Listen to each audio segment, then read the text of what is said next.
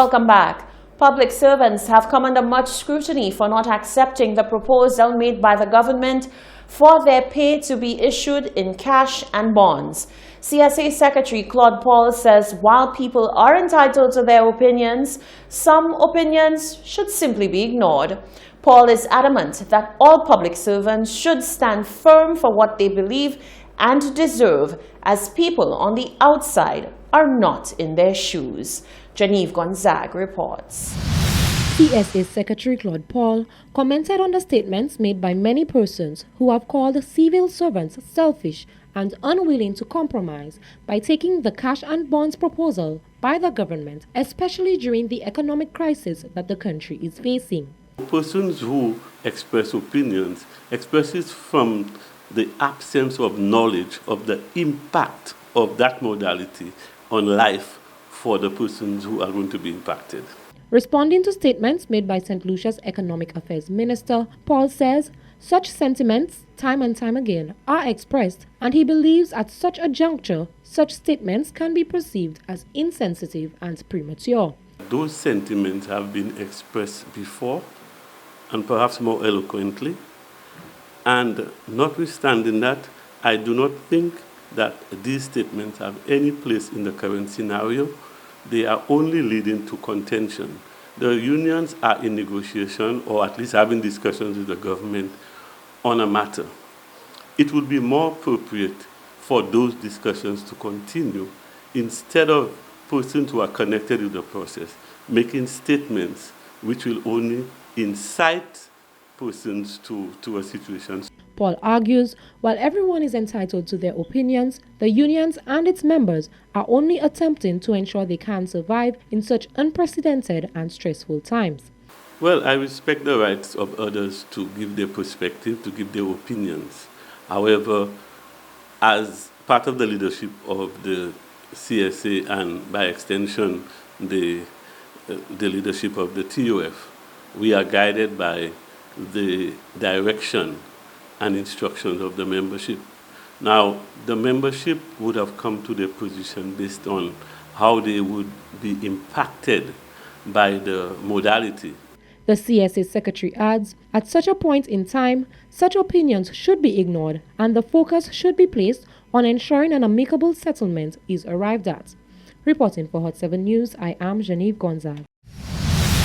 4 weeks into virtual learning, the Hot 7 team went out on a quest to find out about the experiences of students during this time of online learning. Genevieve Gonzague reports.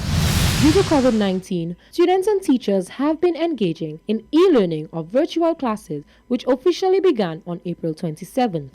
4 weeks into the new modality of education, Hot 7 spoke to students at various schools and levels about their experiences with online learning. Online schooling for me thus far is good.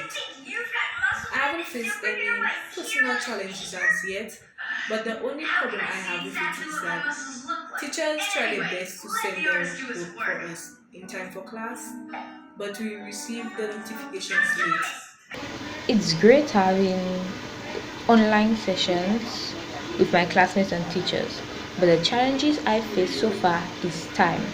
The time has been a major issue for me because by the time I start a subject, halfway through that subject the period is already over and I have to get to the other classes and try to complete the assignment. Online schooling has been a wonderful experience thus far because I get to have live meets with my teachers and my classmates, and the teachers get to explain the work truly as they would in a normal classroom. Students explained that one of the major issues they have been facing is that of network connection, among other intrinsic factors such as lack of motivation. Flo have been taking the Wi-Fi in my community recently, but so far it's been cooling down. They haven't been taking the Wi-Fi anymore. Students from the Sir Arthur Lewis Community College also shared their experiences. It has been a very interesting experience. I do think that it requires a lot of adjusting. One of the issues that I've faced is time management.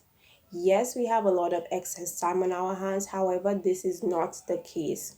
The atmosphere at home as compared to school is a lot different. At home, we tend to be laissez-faire and relaxed, but at school, we are more focused and determined. Many would agree that a Zoom class, as compared to a class at school, is different. The connection between a teacher and a student is not the same. On the other hand, I do think it's more efficient. We are able to cover a lot of content in a short period of time. I am able to complete assigned tasks at my own time and on my own pace. A disadvantage to online schooling is that there isn't timely feedback from individuals while completing assignments, and also there isn't much of an interaction taking place within the virtual classrooms.